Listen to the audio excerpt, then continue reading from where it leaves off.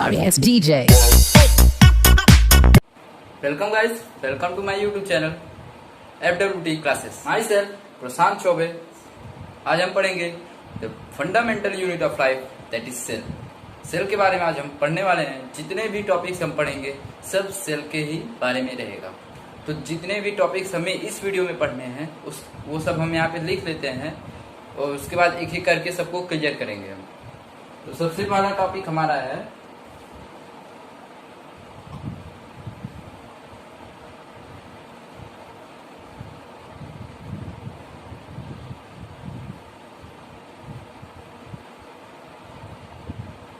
Introduction of, ये हमारा पहला टॉपिक है। दूसरा टॉपिक हमारा है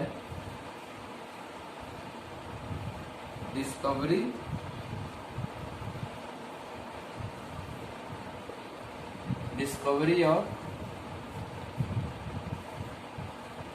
cell. And the last one of this video is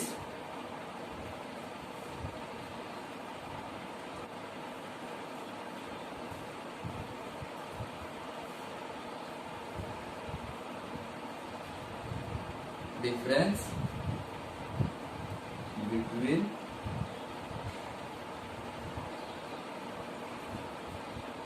unicellular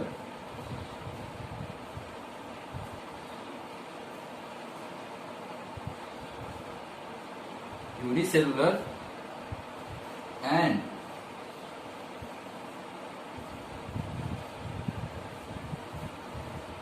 multicellular।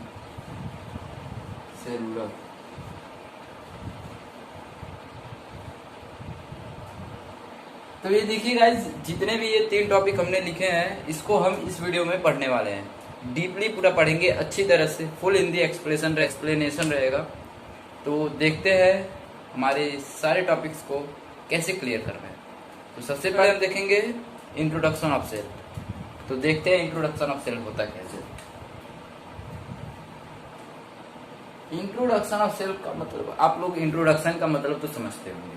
Introduction का मतलब उसके बारे में बताना, सेल के बारे में बताना, सेल होता क्या है। तो cell is the basic structural and functional unit of living organism और लाइफ। तो इसी को हम the fundamental unit of life भी कहते हैं। तो पहले हम लिख लेते हैं यहाँ पे, cell is the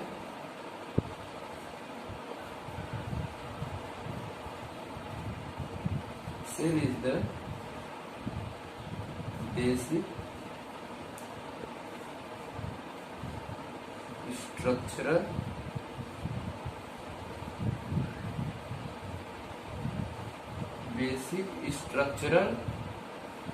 and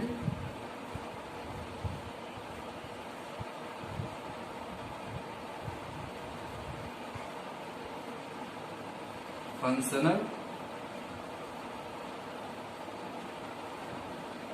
unit of life और लिविंग ऑर्गेनिज्म भी लिख सकते हैं यहाँ पे आप।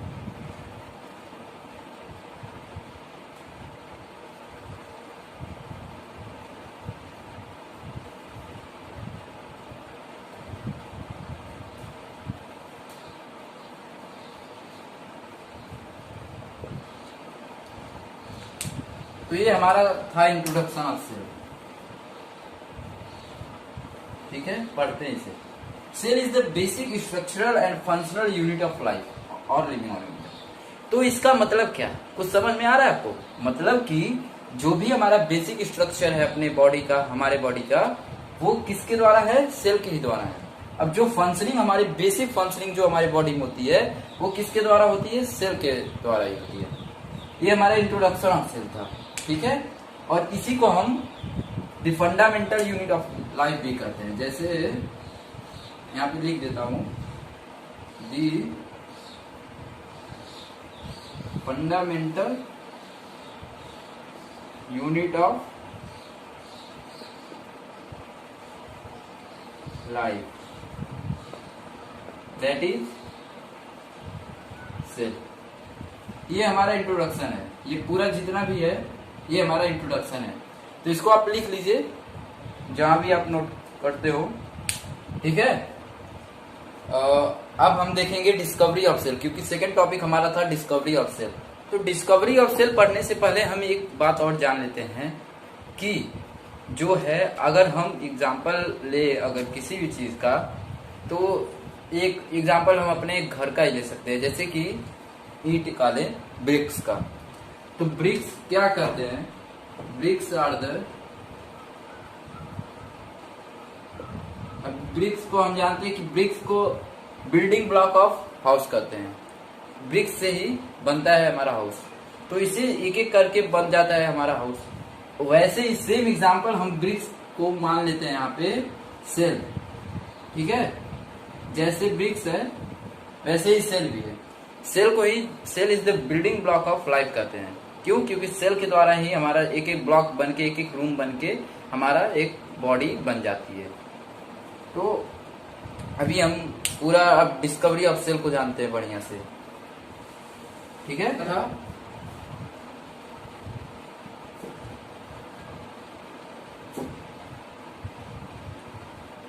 डिस्कवरी ऑफ सेल, सेल क्या डिस्कवरी मतलब सेल कब आया, यही हम पढ़ेंगे इसमें। तो सेल को लाया था Robert Hooke,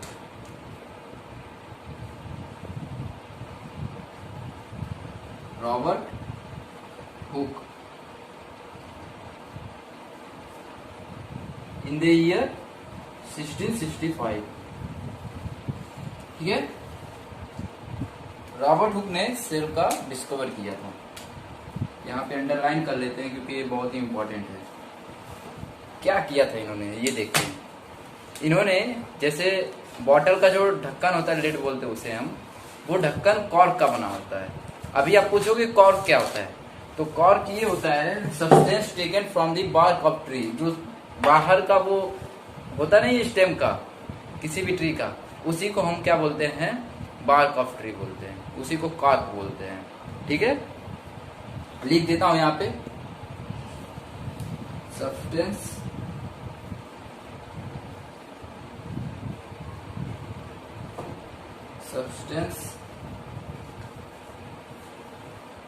taken from the bark of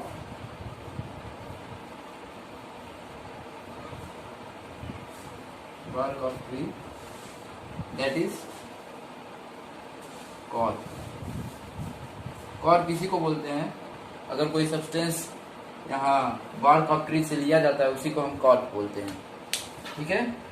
तो इन्होंने जो बॉटल का लेड होता है वो कॉर्क से बना हुआ होता है, तो उन्होंने इस थिन स्लाइस ऑफ कॉर्क लिया, ठीक है, और उसमें उन्होंने कुछ डिस्कवरी की, कुछ उसमें देखा, कुछ रिसर्च किया, तो उन्होंने पाया कि कुछ empty spaces bounded by A wall. अब इम्पटी स्पेसेस का मतलब मैं बताता हूँ आपको, इसको हम एम्प्टी स्पेस मानते हैं, ठीक है। यहाँ पे कुछ वॉल जैसा लगा देते हैं, तो इसी को उन्होंने एम्प्टी स्पेसेस, कई सारे स्पेसेस थे, ऐसे ऐसे थे, ठीक है। और ये लिटिल रूम एक छोटे से रूम की तरह था। क्यों? क्योंकि सेल का जो डिस्कवरी हुआ है और सेल का जो वर्ड आया है वो लैटिन वर्ड से आया है। क्या लैटिन वर्ड मतलब कि जैसे ये जो सेल है इस लैटिन वर्ड से लाया गया है, ठीक है। इसका मतलब है सेलुला, और सेलुला का मतलब ये होता है ए लिटिल रूम। तो क्या हुआ था, जो ये empty spaces bounded by walls था, ये उनको एक रूम की तरह, एक छोटे से रूम की तरह दिखता था, तो इसीलिए उन्होंने इसका नाम सेल रख दिया। और ये जो स्ट्रक्चर पूरा बनता था, इसको उन्होंने क्या किया, हनी कॉम लाइक स्ट्रक्चर बना दिया, मतलब बता दिया उसको कि ये हनी कॉम लाइक स्ट्रक्चर है और इसको हम सेल कहेंगे। तो उस समय क्या था, बस उन्होंने यही देख पाए कि क्या उसमें एक बेसिक स्ट्रक्चर था, फंक्शनल था, ये सब बताया उन्होंने। और ये इम्पटी स्पेसेस बताया। इम्पटी स्पेसेस जो ये थे, अभी ये बाउंडेड बाई बॉक्स है, तो इसी को इम्पटी स्पेसेस हम बोलते हैं।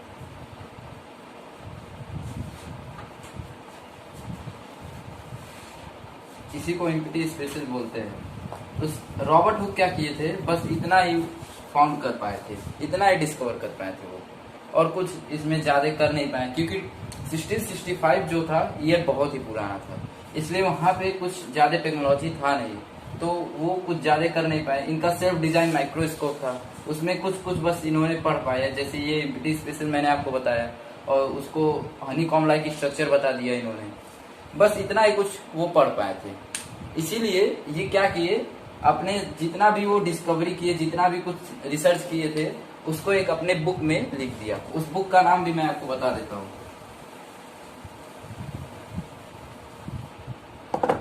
उस बुक का नाम है माइक्रोग्राफिया।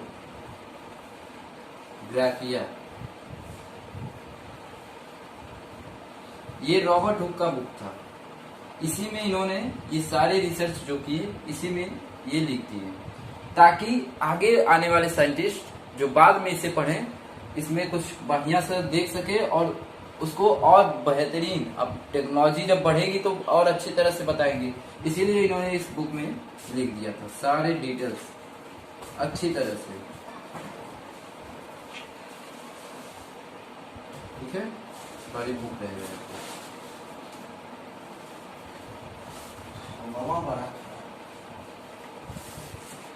बुक में लिख दिया था।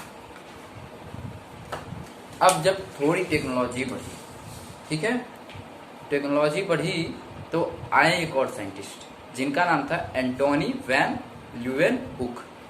उनके बारे में स्टडी किया था लिविंग सेल पे। ठीक है, एंटोनी वैन ल्यूवेनहुक क्या किए थे, लिविंग सेल पे स्टडी किए, और उस लिविंग सेल को इन्होंने बताया कि वो सिंगल सेल है, जिसका एग्जाम्पल वो दिए थे। और वो एग्जाम्पल नहीं, उनका एक मेन वही था, टॉपिक ही था उनका, जो था बैक्टीरिया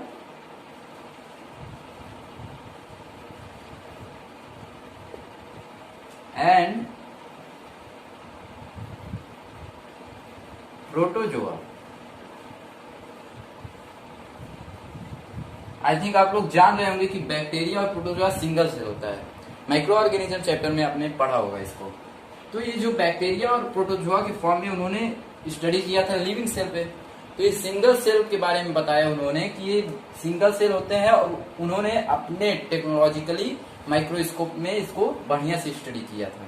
रॉबर्ट हुक का माइक्रोस्कोप थोड़ा टेक्नोलॉजी से नीचे था, टेक्नोलॉजी उसमें अच्छी तरह से थी नहीं, और लेकिन इनका जो एंटोनी वैन ल्यूवेनहुक 1674 में इन्होंने ये डिस्कवरी किया था, बैक्टीरिया और प्रोटोजोआ के फॉर्म में। ठीक है, स्टडी किस पे किया था, लिविंग सेल। ठीक है, ये इंपॉर्टेंट है, लिविंग सेल पे, और एज ए सिंगल सेल इसे बताया था। क्यों, क्योंकि बैक्टीरिया और प्रोटोजोआ सिंगल सेल भी होता है। ठीक है, नोट करना चाहते हैं तो आप लोग नोट कर सकते हैं, इसको नोट कर लीजिए अच्छी तरह से। अभी मैं आपको दिखाने वाला हूँ रॉबर्ट हुक का माइक्रोस्कोप कैसा था और एंटोनी वैन ल्यूवेनहुक का माइक्रोस्कोप कैसा था। तो ये जो आपको दिख रहा है लेफ्ट में जो दिख रहा है, ठीक है, ये रॉबर्ट हुक का माइक्रोस्कोप है, और ये जो आपको दिख रहा है ये एंटोनी वैन ल्यूवेनहुक का माइक्रोस्कोप है। दोनों का अंतर है, देख लीजिए अच्छी तरह से, बहुत ज्यादा अंतर था दोनों में। इनका जो ल्यूवेनहुक का जो था ये थोड़ा टेक्नोलॉजी से लैस था। ठीक है, अभी हम डिस्कवरी ऑफ सेल पढ़ रहे हैं। ठीक है, अब हम इसमें पढ़ेंगे सेल थ्योरी। ठीक है, अगला हमारा टॉपिक है इसमें, इसी में है, ये डिस्कवरी ऑफ सेल में ही है, सेल थ्योरी। ठीक है, सेल थ्योरी ये जो है इसी में है, और इसको दो साइंटिस्ट के द्वारा बनाया गया था। अभी वो जानते हैं दो साइंटिस्ट कौन थे। तो सेल थ्योरी हम पढ़ेंगे। सेल थ्योरी में क्या पढ़ेंगे, ये जो दो जर्मन साइंटिस्ट थे, ठीक है, मैथियस स्क्लेडेन एंड थियोडर श्वान, इन दोनों ने क्या किया था, बताया था हमें कि जो है ऑल लिविंग थिंग्स, ठीक है, both plants and animal, all things are made up of cell, ठीक है। इन्होंने बताया कि all living things made up of cell. अभी इनका अकेला अगर एक एक यूनिट ले लिया जाए तो इन्होंने बताया था कि सिर्फ प्लांट सेल, इन्होंने बताया कि जो है प्लांट क्या है, सेल से ही बना हुआ है। लेकिन जब दोनों लोगों ने अपना कंट्रीब्यूशन दिया तो दोनों लोग को मान के हमने सेल थ्योरी बनाया कि प्लांट और एनिमल, ठीक है, प्लांट एंड एनिमल ये दोनों जो है हमारा, दोनों प्लांट एंड एनिमल दोनों जो है मेड अप ऑफ सेल, ठीक है। ये हमारे मैथियस स्क्लेडन ने बताया और थियोडर श्वान ने बताया, इसी को हम सेल थ्योरी मानते हैं।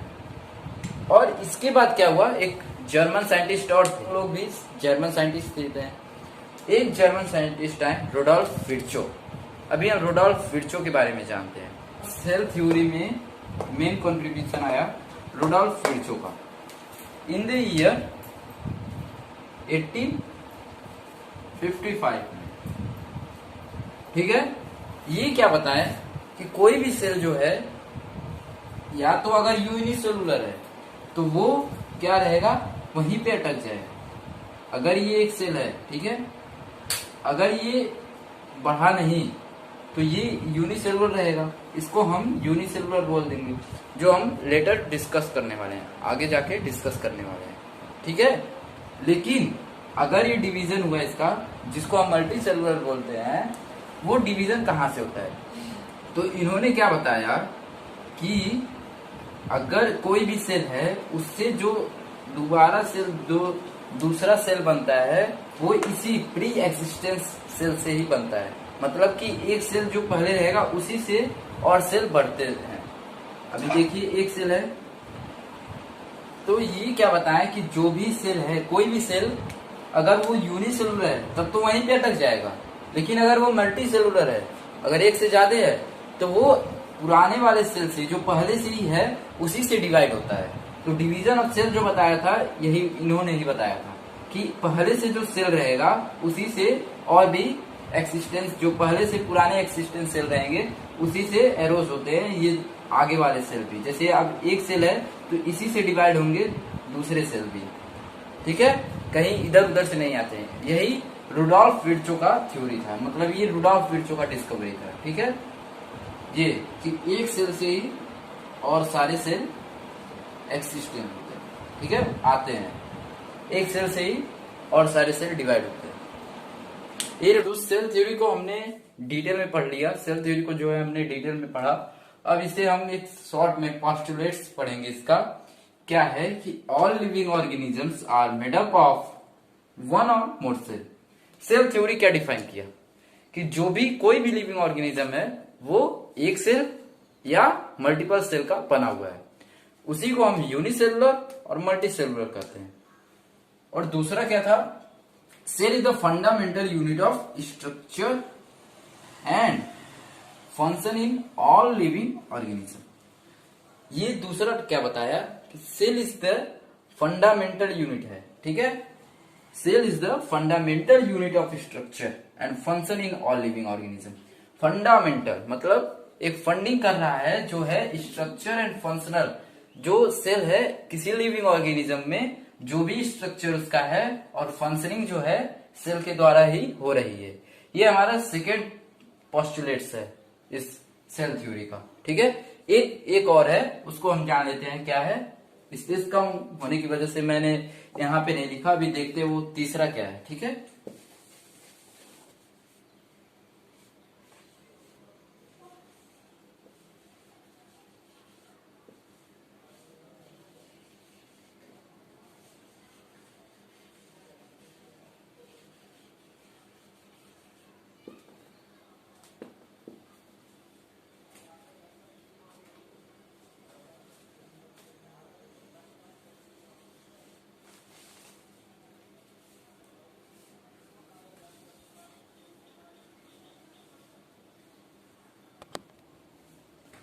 तो तीसरा सेल थ्योरी का जो पोस्टुलेट्स है वो क्या बोलता है कि by the cell division all cells arise from pre existing cell. यहां पे फ्रॉम लगा लीजिएगा, ठीक है। Arise from pre existing cell मतलब ये कह रहा है कि कोई भी सेल है, कोई भी जो भी सेल हमारे बॉडी में है, सब अगर जो बढ़ता है, अगर रह गया तब तो एक ही रह गया तब तो यूनिसेलुलर हो जाएगा। लेकिन अगर इससे ज्यादा होता है, मल्टीपल सेल बनता है, तो वो प्री एग्जिस्टिंग जो पहले से ही सेल उसमें उस लिविंग बॉडी में है वहीं से वो आता है। ये हमारा तीसरा जो है सेल का पोस्टुलेट्स है, सेल थ्योरी का पोस्टुलेट्स है। सेल के अलावा और कहीं से नहीं आते हैं ये। यही हमारा तीसरा सेल थ्योरी पोस्टुलेट्स था कि सेल डिवीजन के द्वारा ही ये जो है प्री एग्जिस्टिंग सेल, मतलब कि जो भी न्यू सेल बनता है वो प्री एग्जिस्टिंग मतलब पुराने वाले सेल से ही बनता है। ये हमारा सेल थ्योरी का तीसरा और लास्ट पोस्टुलेट्स था, ठीक है। अब हम पढ़ेंगे डिफरेंस बिटवीन यूनिसेलुलर और मल्टीसेलुलर ऑर्गेनिज्म। तो तीसरा टॉपिक हमारा और लास्ट टॉपिक है इस वीडियो का, वो है डिफरेंस बिटवीन यूनिसेलुलर और मल्टीसेलुलर ऑर्गेनिज्म। देखते हैं।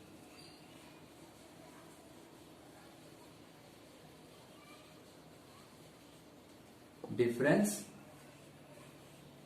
बिटवीन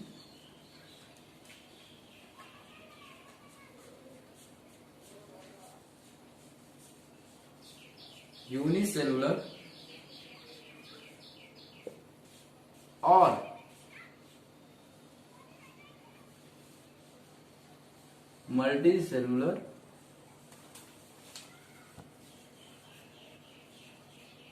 मल्टीसेलुलर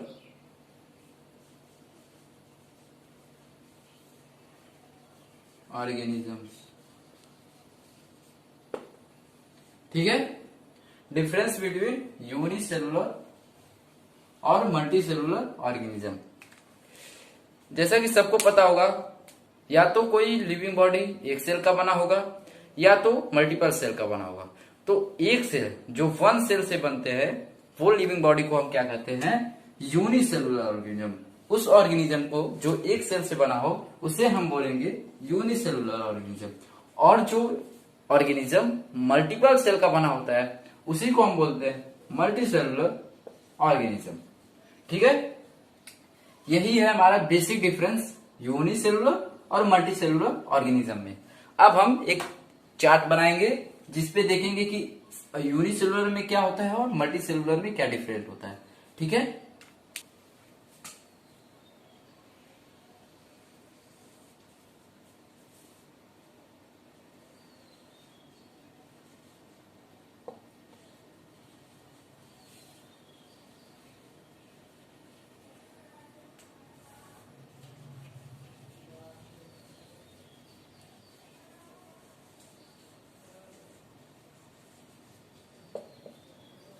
अभी हम देखेंगे यूनिसेलुलर और मल्टीसेलुलर में डिफरेंट। तो यूनिसेलुलर क्या होगा कि यूनिसेलुलर में होगा they are made up of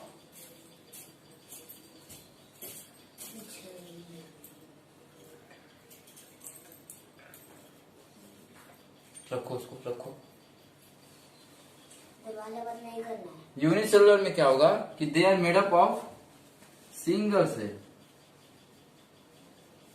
ठीक है।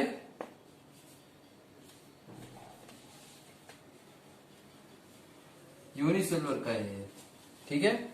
ये जो होता है सिंगल सेल का बना हुआ होता है। लेकिन मल्टीसेलुलर में क्या होता है, दे आर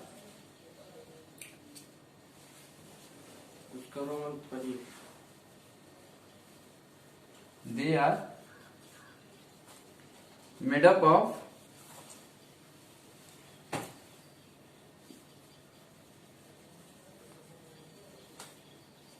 multiple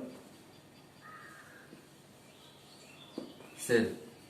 मतलब समझ में आया आपको कि ये जो है मल्टीपल सेल के बने हुए हैं। इसीलिए इन्हें मल्टी सेलुलर बोला जाता है। मल्टी मतलब बहुत सारे होता है, ये आपको पता होगा, इसीलिए इन्हें मल्टी सेलुलर बोला जाता है।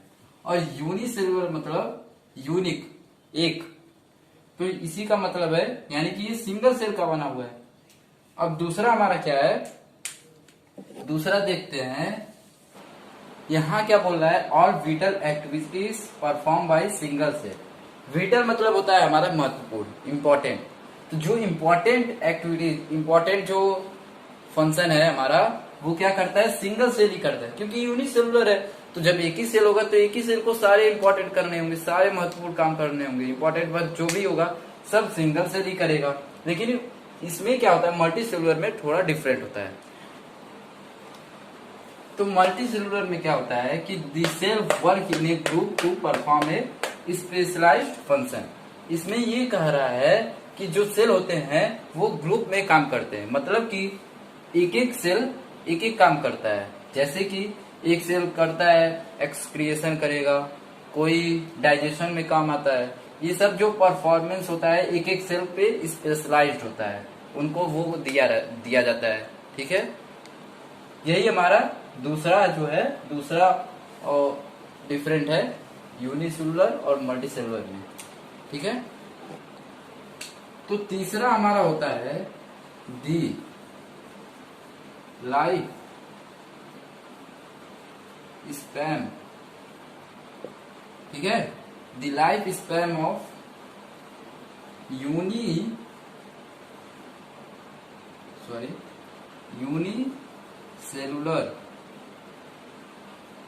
The life span of unicellular organism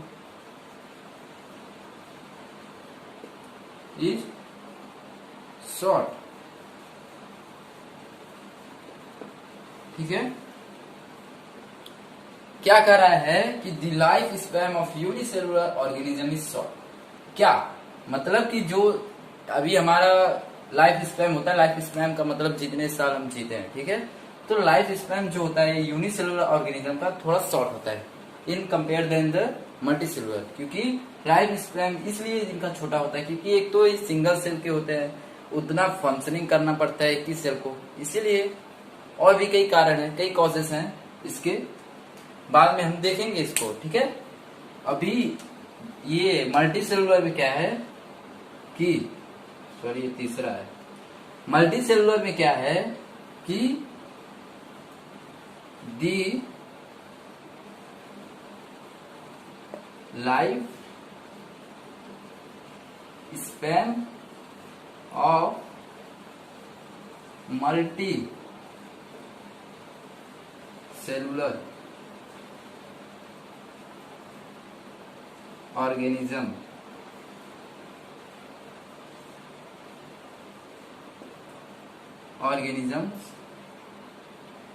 और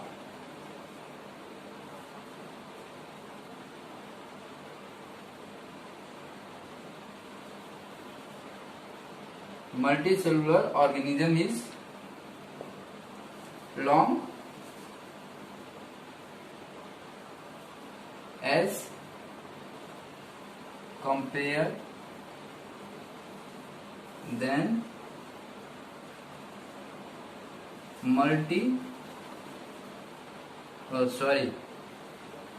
as compared than unicellular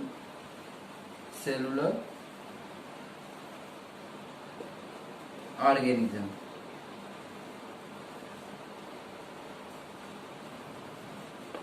यह कह रहा है कि जो life span multi cellular organism का होता है वो इनसे यूनिसेलुलर से ज्यादा होता है, ये ज्यादा दिन तक जिंदा रहते हैं। ठीक है, अगर एग्जाम्पल हम ले तो इसमें हम ले सकते हैं, अभी एग्जाम्पल देखते हैं एमीबा। ठीक है, इसका एग्जाम्पल देखते हैं ह्यूमन बीइंग,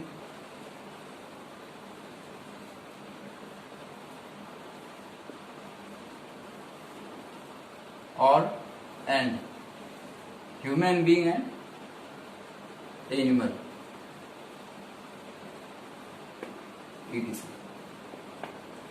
इसमें क्या है, अमीबा एंड बैक्टीरिया, ठीक है। अमीबा एंड बैक्टीरिया क्या है, यूनिसेलुलर है, और मल्टीसेलुलर में ह्यूमन बींग्स हैं और एनिमल, क्योंकि हम मल्टीसेलुलर ऑर्गेनिज्म है। एक आपको और बात बताना चाहता हूं कि जो वायरसेस हैं इन्हें हम लिविंग नहीं कंसीडर कर सकते। क्यों? क्योंकि जब ये होस्ट में जाते हैं, होस्ट बॉडी में जाते हैं, जैसे लिविंग सेल में जाते हैं, तभी ये लिविंग होते हैं, अदरवाइज ये नॉन लिविंग होते हैं। अगर आपको वीडियो पसंद आई है तो लाइक करिएगा, सब्सक्राइब करिएगा, और ये मेरा पहला वीडियो है तो मैं उम्मीद करता हूँ आप इस पे लाइक करोगे, और अगर आप और भी सारे पार्ट्स देखना चाहते हो तो कमेंट करिएगा। अभी सारे पार्ट्स मैं आपको अच्छी तरह से पढ़ाने वाला हूँ, ठीक है।